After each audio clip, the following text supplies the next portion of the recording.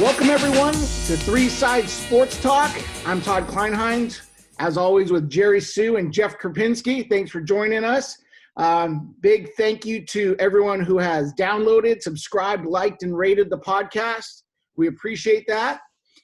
Jerry came prepared with a litany of topics to discuss, the first being the thoughts on the Cowboys game. So might as well get the bad news out first. So, Jerry, your thoughts on the Cowboys game? Well, I know everyone's been crushing Nick Mullins because of the turnovers, and that's understandable. But I actually agree with Kyle Shanahan that Mullins played okay under the circumstances. My beef is actually with the defense. I mean, everybody's like, oh, the defense kept them in the game. But those guys were playing against a bunch of Dallas backups. I mean, there was no Dak Prescott. There's no Ezekiel Elliott. There's no Tyron Smith or Zach Martin on the O-line. And it was a unit that's turned the ball over nearly as much as the Niners. Yet our defense got zero takeaways. And I know Richard Sherman likes that number at the end of his paycheck, but there's no way the Niners should pay big money for him to come back, given what I saw on Sunday, not to mention his age and injury issues. And I don't mean to single out Sherman, but when your team's playing a backup quarterback, which Nick Mullins is, everyone else needs to step up, and they didn't. I will agree with you partially that the defense just over the past 3 or 4 games has been very up and down. We've seen them against Buffalo, granted, Kyle Allen or Josh Allen, very good.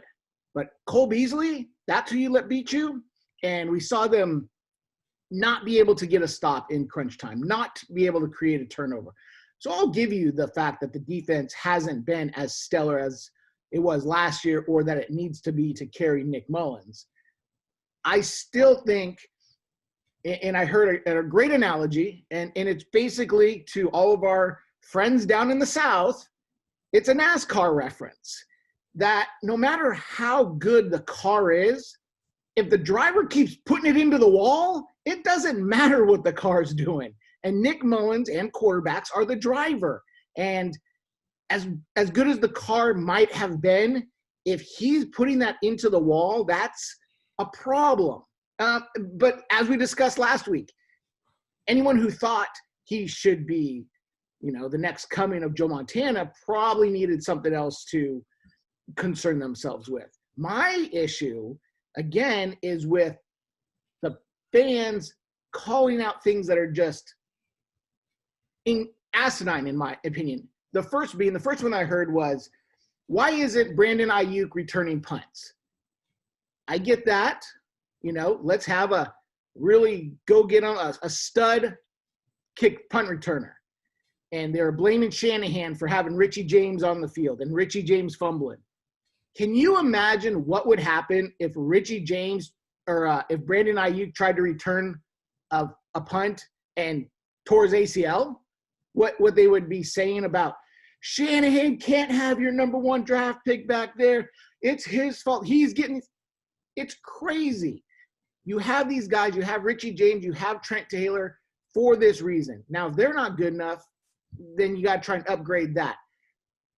And I remember when Tim Brown was returning punts for the Raiders, and the question always was, do you want your star wide receiver back there with 11 guys charging at him ready to take their head off who are making minimum NFL wages? I don't know if you want that back there. So my concern is, again, the lack of perspective on what needs to be done to get better. Yeah, my thoughts with the Cowboy game, I mean, it's a little disappointing, but at the same time, there's just so many injuries. There's been so many injuries. I don't know really what I can expect from either side of the ball. I mean, watching Mostert on the sideline, just kind of shaking his head, I just felt bad for him. Like, I know he's wanting to be out there. It's just gotten to be too much, right? I mean, obviously, like Dallas, their defense, I believe, according to my son, I didn't realize, historically bad, and we still couldn't put up enough points against them. Yes, their offense is terrible, so our defense has been up and down. But again, like Sherman looked like he wasn't even interested really to be out there, and so I think the toll has just been too much, and these guys have kind of looked like it from after losing the last couple that they've kind of packed it in is what it kind of looked like, even though they were still trying, of course, like Todd mentioned, I think via text, these guys were still trying or playing hard. But I just think we don't have any people, enough talent to even do anything anymore. And especially with quarterback.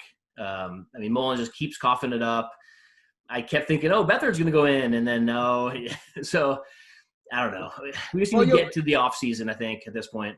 Well, you get your wish. Mullins hurt his elbows significantly enough to have to undergo surgery, possibly Tommy John. So you're going to get Beathard. And two pieces of news that came out in the past week, one directly concerning the Niners, one indirectly that we'll get to in a moment regarding the future quarterback situation, is now that we get to see Beathard. Beathard gets a full start. He gets the full week of reps. He gets the full week of practice. He doesn't get the full complement of weapons.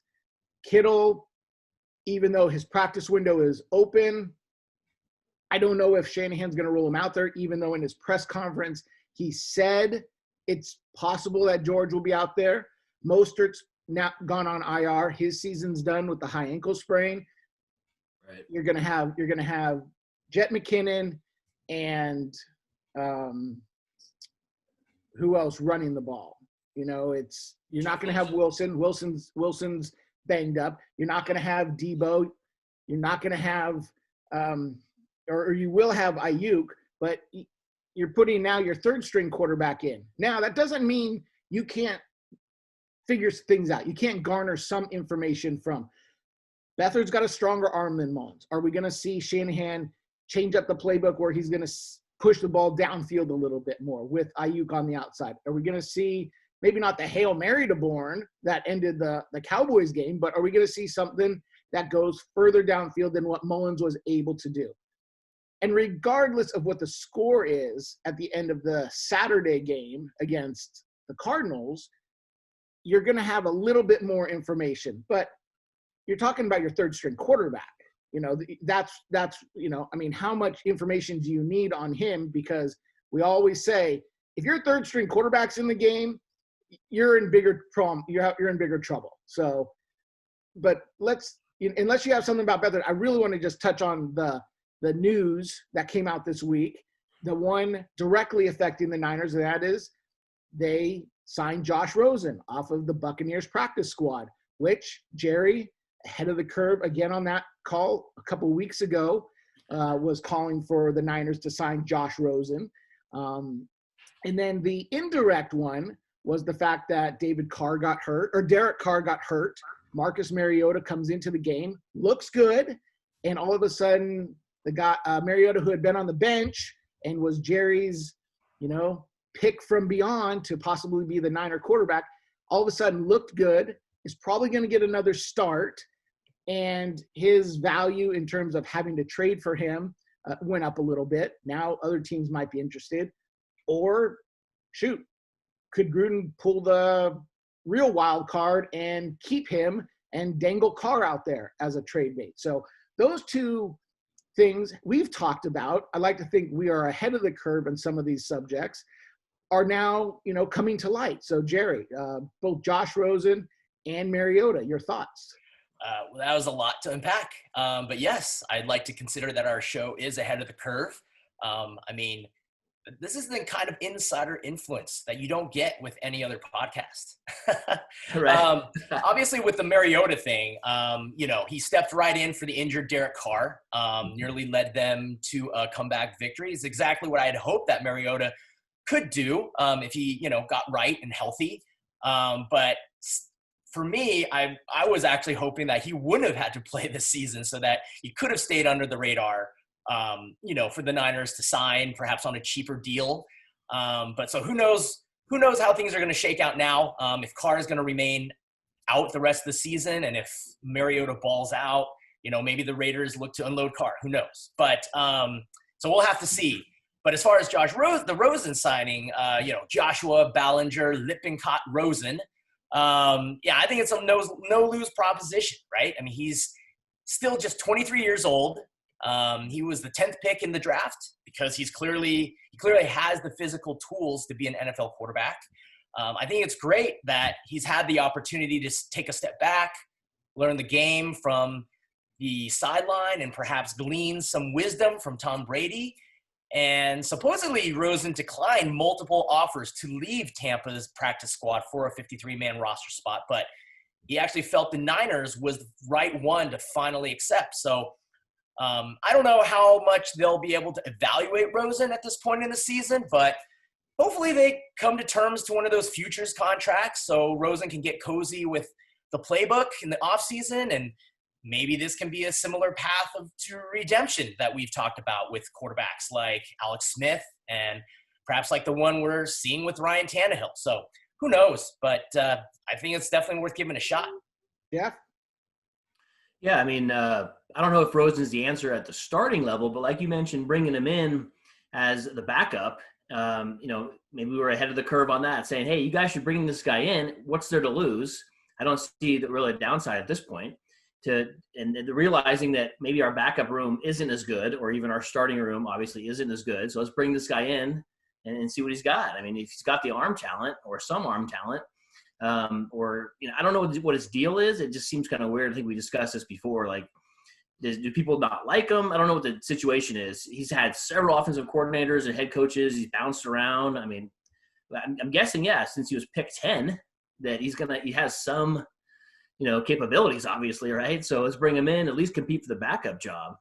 The thing I think the Niners can learn over the last 3 weeks is how he fits into the locker room, how he fits with Shanahan. Can he absorb the playbook? Right. The rap seemingly on Rosen, outside of being probably caught up in some really bad luck, being drafted by Arizona, then they changed coaches and draft Kyler, so then they put Rosen on the move to Miami, only to have them draft Tua and put him on the move again, is they said he was cocky. They said he was arrogant. They said he rubbed people the wrong way. So I can't see a third string quarterback coming in, rubbing people the wrong way, and sticking around. So if the Niners can take the next couple weeks, see what this guy's makeup is, and then go into the offseason training program and then put him through the paces of the actual arm talent and reading the coverages and things like that, I think you got the starting of a new quarterback room. Yes. So, I mean, which is step one, right? We've talked about it for a couple weeks. Right. Step one, get the quarterback room in line. No, I was just going to add, I don't know what you guys thought was, I heard from somebody this morning. To me, I would play him. I want to see what he's got. Give him 3, 4, 5, 6 plays. See what he has. I want to see him play. Why not? Well, I guess the why not would be it'd be why don't you take a calculus test 3 days into taking calculus? Is you might be able to get one right just by guessing, but you're not going to look good on the rest of them. So it doesn't really matter. I want to see him play against his former team. So I'm just throwing that out there. That's a terrible idea. See what you got. That's a terrible idea. What's he going to look like? He's going to get sacked and throw 4 picks. He doesn't know where anyone's going. This isn't. Yeah, that's fine. Just hand it off and throw it to Ayuk and just figure it out. Yeah, that works in freshman football when you're running 34 dive every other play because that's all your playbook is. Let's hope for this then. Okay, maybe Beathard can get hurt and then he has to go in, and then that's right. If he has to go in, I would, then he has to go in. It's better than having Jet McKinnon back there running the Wildcat for 3/4 of a game. That's fine, but at this point, though, I'd like to see him in there. This week or next? That's safe play. That's dumb. That's dumb. Jerry? I mean, the problem is he doesn't know the playbook, and yes, he's not your street ball playground type of quarterback, which is why I always thought that he could be a fit with Shanahan. Right? He's the guy. Kyle believes so wholeheartedly in his system that he just wants someone who is disciplined enough to run it. And so I don't think you can evaluate Josh Rosen when he doesn't know the plays. I mean, Jeff, what happens if he gets in there and throws 3 straight picks? I mean, are you? I mean, I hope you wouldn't grade him as he's a failure. I don't want him on the team. No, I'm not even looking at it from a grading standpoint. I just want to see him play. You know.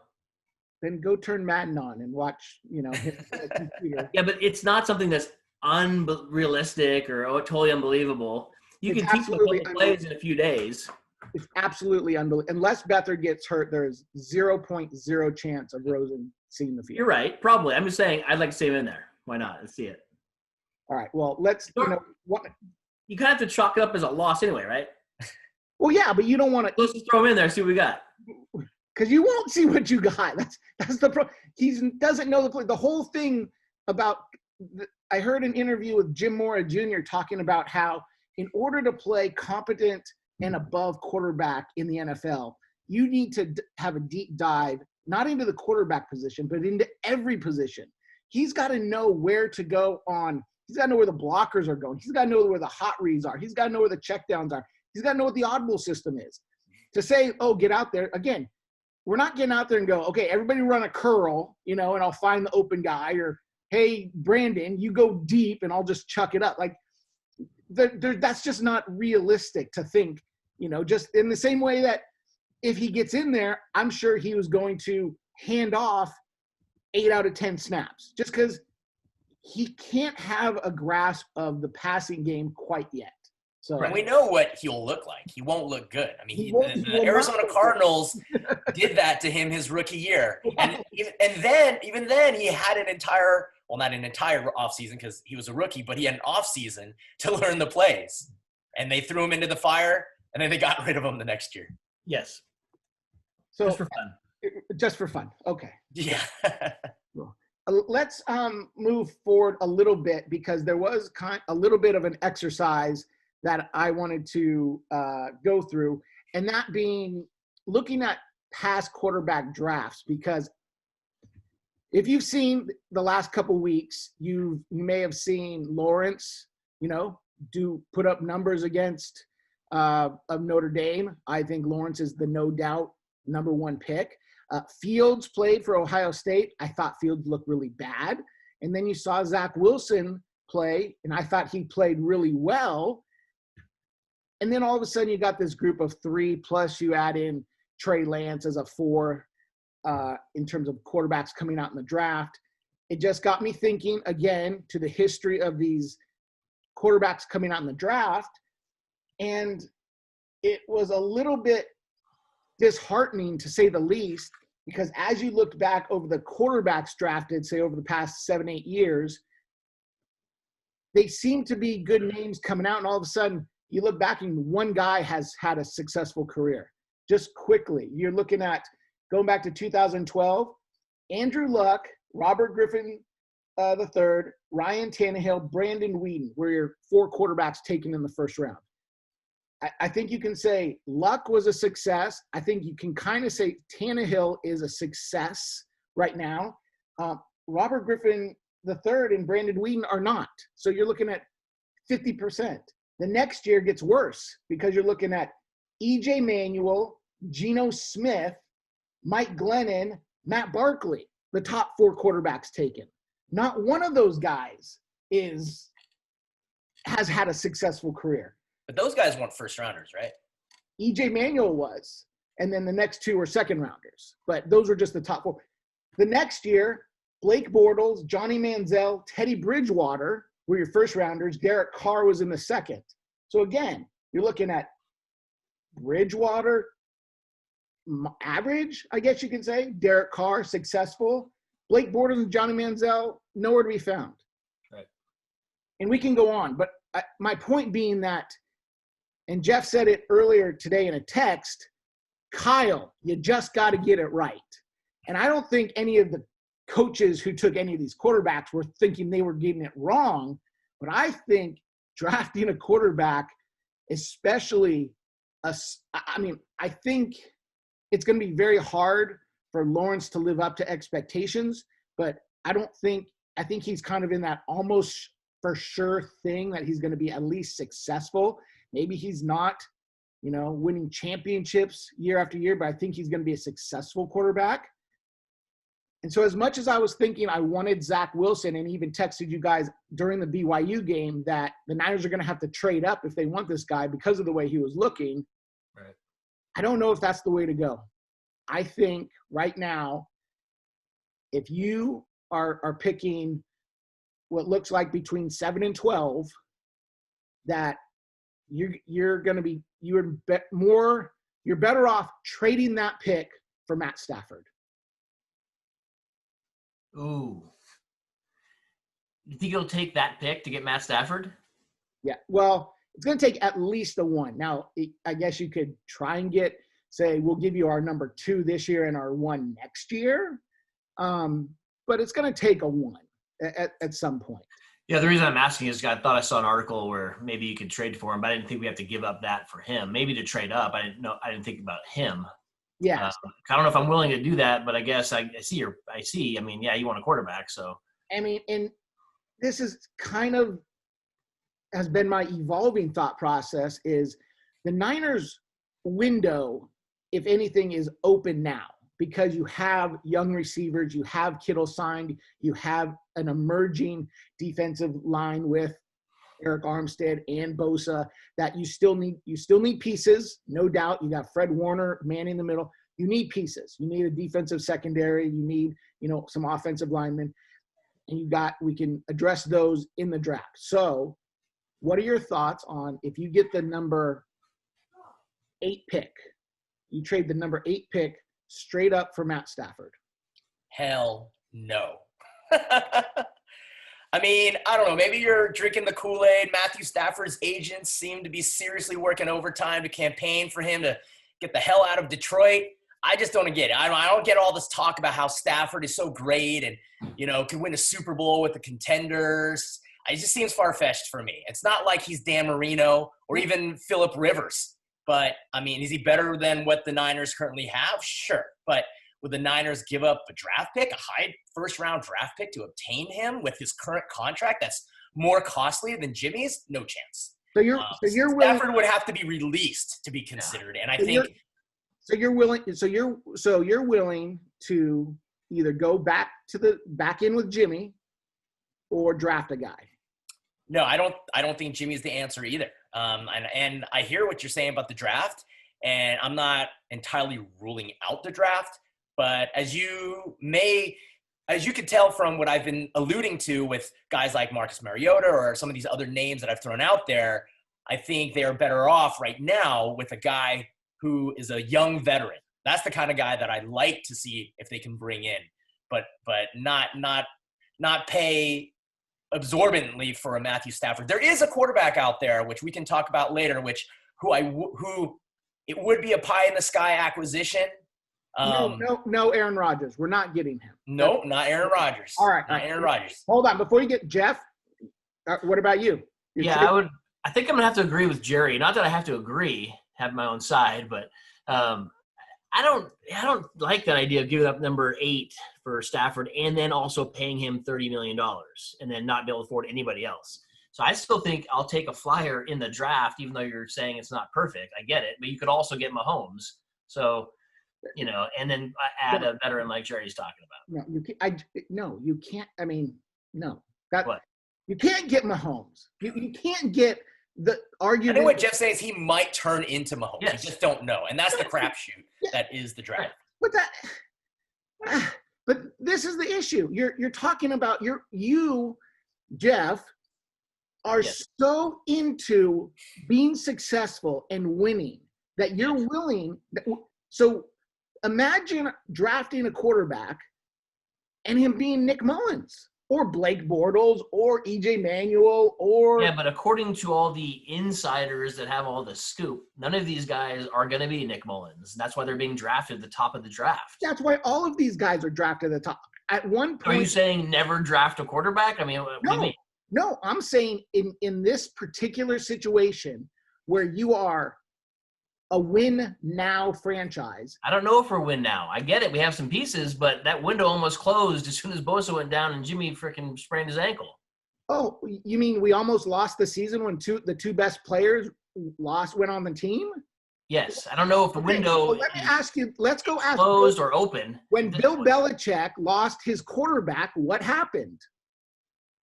They don't make the playoffs. When you take the two best players off of any team, it's dismantled. And yes, but we've talked about getting a quarterback. So what I'm saying is I still would draft a quarterback. If I think one of these guys are really good at the top, you got to draft them. But you don't know. That's my point is you don't know if these guys are really good. You don't. So wouldn't you rather have a guy who's a proven winner? Do you know Matthew Stafford has had a 100-yard rusher 11 times in his career? 11 times the Detroit Lions have rushed for 100 yards in a Matt Stafford started game. I think Matt Stafford would definitely be an upgrade. And I'm not pounding the table for Matt Stafford. Right. I know. I think he's the most likely veteran winning quarterback that would be available. That's my. I understand. I'm just saying I think I fall more with Jerry in if I can get him some other way, whether he's waived or traded for something else than this year's first. That's the problem. Yeah, I agree. If wishes and buts were candies and nuts, we'd all have a Merry Christmas. But if you're Detroit and you have so many teams out there looking for a quarterback, someone's giving you something. You're not cutting Matthew Stafford. You're just not. Someone's going to give you something. So you don't have a ton of assets. You can offer, hey, we'll give you our number 2, but again, my point being is let's not have just the hypothetical, well, I want this guy. Okay, what's it going to take to get that guy? And I think the only way to get Matt Stafford is to trade either year 1 this year or year 1 the following year, along with like a second or a third this year. Now, that would be my optimal one, but put yourselves in the other shoes. If you're the Lions and you're looking to rebuild and you got a new coach, aren't you asking for a bunch of stuff to rebuild? So, but moving off Stafford, I want to hear Jerry's pie in the sky. Okay, well, actually, before we get to that, again, I agree with you that the window is still open. I don't think it's shut at all. Mainly because guys like Nick Bosa are going to be back. Fred Warner will be back. Mostert will be back. A lot of these guys will be back. In fact, my question to you guys is, I know a lot of us have been critical of Nick Mullins, but if everybody else stayed healthy, except for Jimmy, and Nick Mullins was the quarterback, how do you think the Niners would have done this year? 8-8. Right. I was going to say 8-8. Right. See, I honestly don't know obviously we don't know, but I don't think it would have been that huge of a drop-off from Garoppolo to Mullins. I'm not saying that Mullins and Garoppolo are completely even. Do you know that there's one quarterback on our current roster who's played 31 games for the Niners? And in those 31 games, he's had 31 turnovers. And it's not Nick Mullins. Do you know who that is? It's got to be Jimmy. Exactly. Right? So for all those who are killing Nick for turning the ball over, Jimmy's got his turnover issues as well. Yeah. In fact, my theory, so I've been wondering about this whole time. Like, why did Kyle play Mullins and just stick with Mullins this whole time? And I think Kyle wanted to see if Mullins could be the Niners quarterback in 2021. And I'm not talking about as a backup, but as a starter, right? Because if you think about it, Mullins is the type of quarterback that Kyle likes. Kyle believes so wholeheartedly in his system that he just wants someone who is disciplined to run it. And that's why he gave Mullins such a long leash. We heard Kyle commend him time after time about how the ball was delivered to the right receiver, right? So, Kyle needed to see or was hoping that Mullins could overcome his limitations and be more on time and be more accurate, which unfortunately didn't come to fruition. But, did you know that Mullins has thrown for 4,405 yards in his first 16 starts, which is more than Andrew Luck did and only second to Patrick Mahomes? Mm-hmm. So, so in other words, I think that the team would have still been in contention for the division with a guy like Mullins, which is why when it comes to a guy like Stafford, I don't think we need to be giving up these type of assets to get a guy like Stafford. But you wanted me to go to my crazy pie in the sky idea. Oh, all right? Mullins starting next year wasn't pie in the Right, sky. that was pie in the sky. That's not what I want. I'm something- just telling you in wondering why Kyle stuck with Nick. That's this whole time. I mean, haven't you guys wondered that? Why did he stick? Why did he Because never Beathard ever isn't any turn good. That's why. Well, I have two minor theories about why he stuck with Mullins. One, I can see Jerry's point of view of he wanted to see if he was any good, and he got his good long look. Okay. He's not. Okay. However, the only other thing that, again, requires you to dig a little bit deeper is Mullins is a restricted free agent. So he's back with the Niners next year if the Niners want him. No matter what. If he leaves, the Niners don't get compensation. He's restricted, okay? Beathard is unrestricted. If the Niners played Beathard and he looked average or okay, he could have left, right?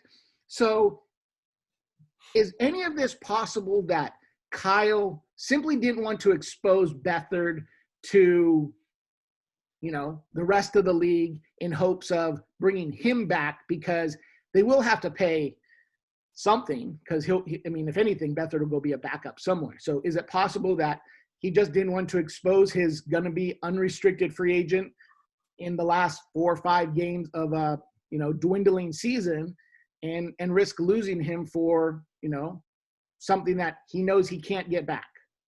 So that's my kind of a little bit out of left field, but I believe Jerry, you're right. He wanted to take a look at Mullins, but I think he also got his answer.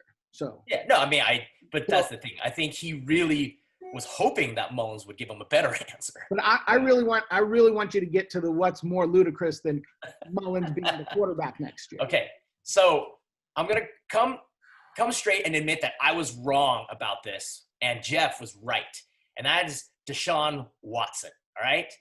I thought when he came out of Clemson, he'd be an inconsistent quarterback who needed to rely on his legs to make plays in the mold of Vince Young. But I was wrong. Watson is obviously legit. And the reason I mention him is because he seems awfully frustrated and unhappy with his situation over there in Houston. And the Texans are already more than $10 million over their salary cap, if indeed it's going to be $175 million next year. So if the situation does get to a breaking point in the offseason where Watson wants out, perhaps the Niners can enter the discussion. And I was thinking, because I'm sure Houston wouldn't want to start over with a rookie quarterback, because Todd mentioned it's quite the crapshoot. So maybe they'd be interested in acquiring Jimmy G and a future first rounder in maybe 2022 in exchange for Watson. And in that instance, I'd be willing to absorb a big-time contract because Watson is a legit franchise quarterback. And then again, you'll be getting all of that contract, right? But I would do it. I would do it for Watson. I'd give up a first-rounder for Watson. Yeah, not this year's first-rounder. Sure. No, definitely interesting with Watson. I don't know. I'm still just kind of confused about Mullins thinking that we would be 13-3 with Mullins running the show. Forget Mullins. Watson. I don't even know what you're even talking about. If Mullins is our quarterback next year, forget it. Forget it. I'm out of here. Dude's going under Tommy John surgery. He's probably never going to play another down. I was fine with Mullins at first, but then we've seen enough. I don't, no, he's not the answer. Watson, yeah, maybe. Take a look. But the problem is what I'm interested in is all these different possibilities and changes that could happen. I mean, if everyone just stays put, that's kind of boring. I want to see all this stuff move around. Give me Watson or Stafford get released or Matt Ryan become available, trade Jimmy G to the Bears. Let's just all move around and change coaches. Let's do this. Come on. I mean, I think this is going to be a year to really enjoy all that carousel movement. Not only the coaching carousel, we've already seen coaches fired, and I think there's going to be a handful more fired. Right. There's a number of quarterback questions, so I think you're going to see these veterans. The salary cap will force a lot of that too. And salary cap's going to force a lot of it. So I think you're going to get your wish. I think come, early January, as soon as the season's over and you get that Black Monday when coaches start getting fired, and you're going to be right into that speculation of who's going where. And one thing that I did want to bring up, which I was kind of only because it shocked me, and maybe I shouldn't be shocked, but when the Jets won this week and basically gave the Jags the current number 1 pick, thus the rights to Trevor Lawrence, I thought, I wonder if the Jags would make a run at Dabo Swinney. And I thought, well, as an NFL guy, I think the NFL is the king of football, and like everyone would want to be in the NFL. And even though he is a king among kings down in Clemson, would Dabo want to come coach Lawrence? And I thought, well, he's definitely going to get a pay raise. And then I realized the dude's making $9 million coaching college football. So he's already making more than 2/3 of the NFL coaches. So that was that's just my wow moment of, this is why you get a Saban living at Alabama and a Sweeney and a Urban Meyer not coming. And the only way to get these guys, maybe if you can convince Lincoln Riley that, he wants the next challenge. But these guys who have been in college for a while and are making $5, $6, $10 million, there's no reason outside of having to pander to 18-year-old kids. There's no reason for them to go to the NFL. So that's just my own. Yeah, I mean, if Dabo has any aspiration of that, it might be a really good opportunity to take that. If he has aspirations, you're right. And that's my thing. I wonder, as a guy who's just been. If he does, I think this is the perfect time to do it. You go to Jacksonville, here's Trevor Lawrence. Right. Yes. Yeah, but Shad Khan would then have to pony up $10 million a year for an improving pro coach, right? But he may. And let me just get back to Jerry's Deshaun Watson theory. And I like the theory. I like it a lot. However, the one wrinkle I will say is the Texans have already traded their first-round pick this year to the Dolphins. So the Texans currently don't have a first-round draft pick. So as much as Jimmy and next year's first would be appealing, I think they're in that I want this year's first. In fact, I'd rather have this year's first than Jimmy. So right. That again, I would think that might be a wrench in the machine, if you will. Would you do it? Okay, fine. Let's say it's this year's first and Jimmy for Deshaun Watson. Can I do I have both my first rounder for Stafford or my first rounder for Watson on the table? I'm not understanding. Both your first rounders? What? Yeah. No, are you saying let me put it this way. I'd rather trade my first for Stafford than my first for Watson. Oh, you're crazy. I understand the trepidation about Stafford, but Stafford's 32. He doesn't even look to be the same gunslinger as he was early on. I think his stats are inflated. I mean, he had Megatron to throw to all those years. All right, well, let me put it. At least Deshaun is a lot younger and more athletic, I guess. You're right. Okay. You're right. I'll take it back. I would trade my number 1 for Deshaun. I would also trade I would also trade my number 1 for Stafford.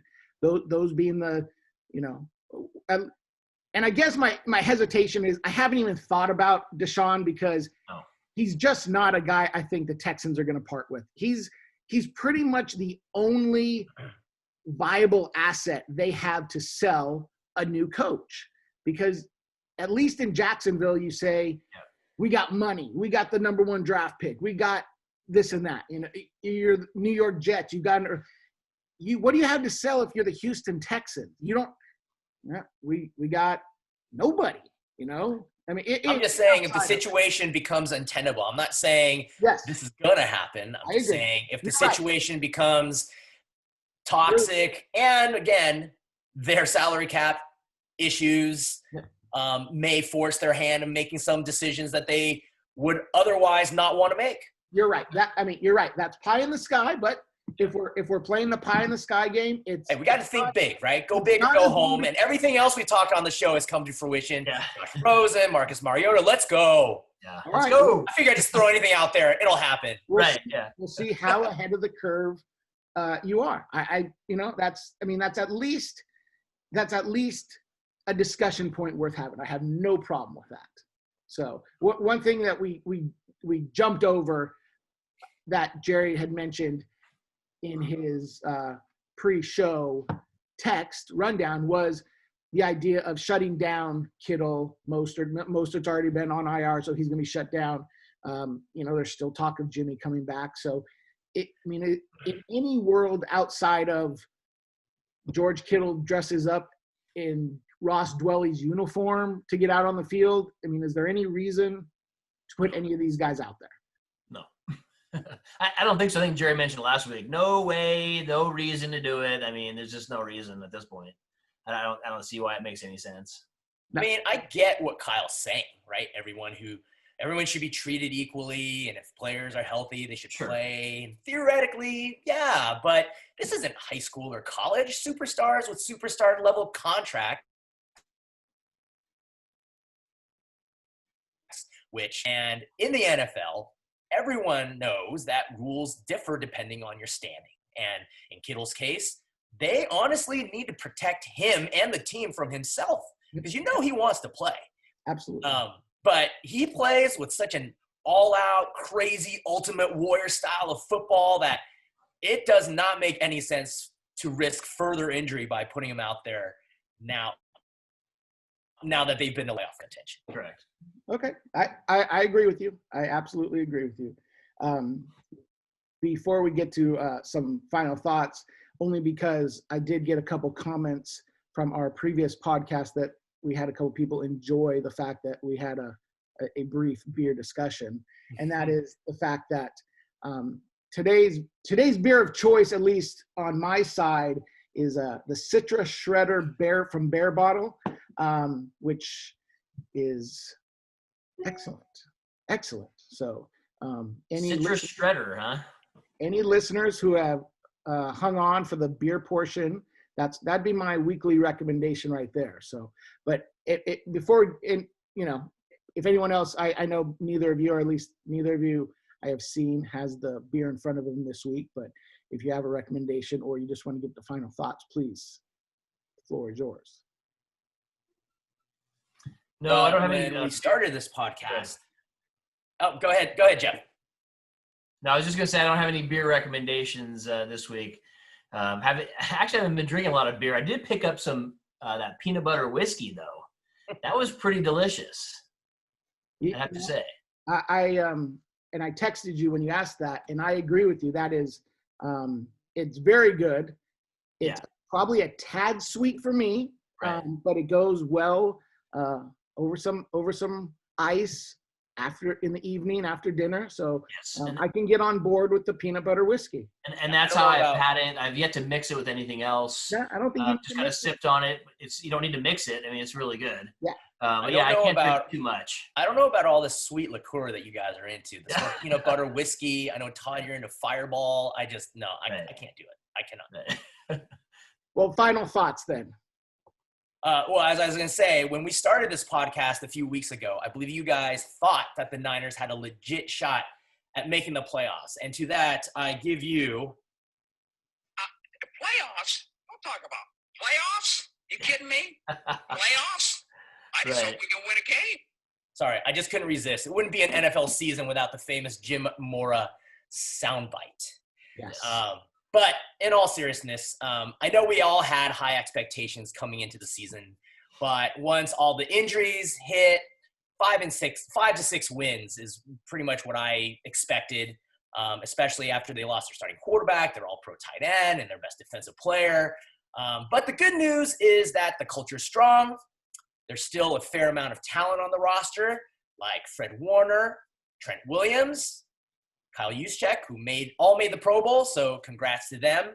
And I thought this would be our Christmas episode, and so my Christmas wish is for all those guys to get healthy and to stay healthy for next season.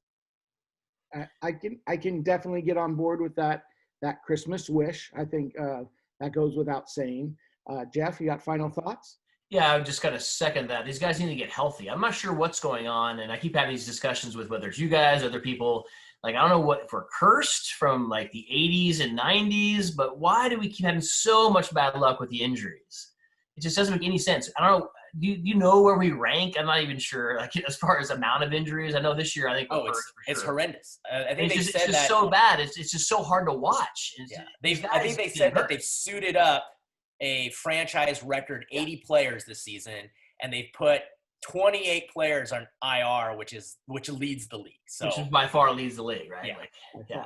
So I hope for health, obviously, going forward with these guys to see what we can do when everyone is healthy. Because I know when we've seen it, these guys are really good, really dynamic, really fast. I mean, just fill a couple holes. I mean, obviously Trent Williams, his price is going to go up now, I'm sure, because he made the Pro Bowl, right? So that's going to raise his price. But if we could just get the quarterback room figured out, get some new secondary pieces. I mean, I really like to see what we can do, get some guys healthy again, and I don't know. Because this has just been too hard. Well, I will say I agree. The injuries have been tough to stomach from the very beginning of the season when we started losing guys to season enders, to the nagging injuries, to the broken bone in Debo's foot, to the broken bone in Kittle's foot. It's been difficult as a fan coming off of such a good year last year and having such high hopes. So that was by far the toughest thing to endure as a fan throughout the year. Yes. I agree with Jerry. The cupboard is not bare. The cupboard is not how it was 5-6 years ago when this team was bereft of talent. This is a team that, if healthy, has a lot of pieces and just needs to get the quarterback room situated. I think they've done at least a small step forward by bringing in Rosen. They could have tried to stay with Josh Johnson, and promote him off the practice squad, despite the fact that he tested positive for COVID. He could have, he still could have been available come the next 2 games, but they went after Rosen. So I think that's a good first step. What they do over the next couple months will be fascinating to watch and discuss and dissect. I will say, not to end on a sour, sad note, I will say RIP Kevin Green, a former Niner, probably more so known as a Ram and a Steeler and a Panther, but he was kind of one of the last links to the great teams of the Niners, or the 90s and 80s, where the Niners would have these guys who are kind of at the end of their career come in and play for less, and just to try and get that ring, to see what playoff football was like, to see what a Super Bowl type atmosphere was like. So to see him pass away in his late 50s, always, sad to see one of those guys that you grew up watching leave too soon. But I will say my Christmas wish, in addition to health, is perspective. I hope that the Niners will have perspective regarding their own team, that they don't become in love and enamored with the CJ Beathards just because they drafted them, that they look at them and see, can we upgrade at any position? I also hope the fan base comes with some perspective, that it's not that these guys aren't trying to win. They are. These guys are playing hard. And I think that's a testament to Kyle, that this team hasn't given up. They don't look like they've just thrown in the towel, despite the fact that they've, been ravaged by injury. So my Christmas wish, perspective. So those would be my two nuggets to end the podcast. So anything else before we sign off? Congrats to San Jose State, Big West champs. Congrats to San Jose State. Yeah, maybe they should have threw San Jose State in the playoff instead of Notre Dame. Why not? Hey. Yes, I like Notre Dame too, but you got whooped, man.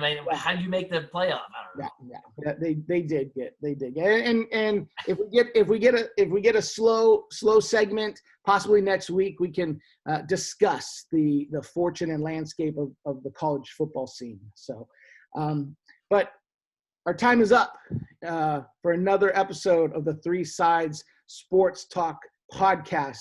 Thank you, everyone. Thank you, Jerry. Thank you, Jeff. It is our last show before Christmas, so Merry Christmas to both of you. Health and happiness to you and the family.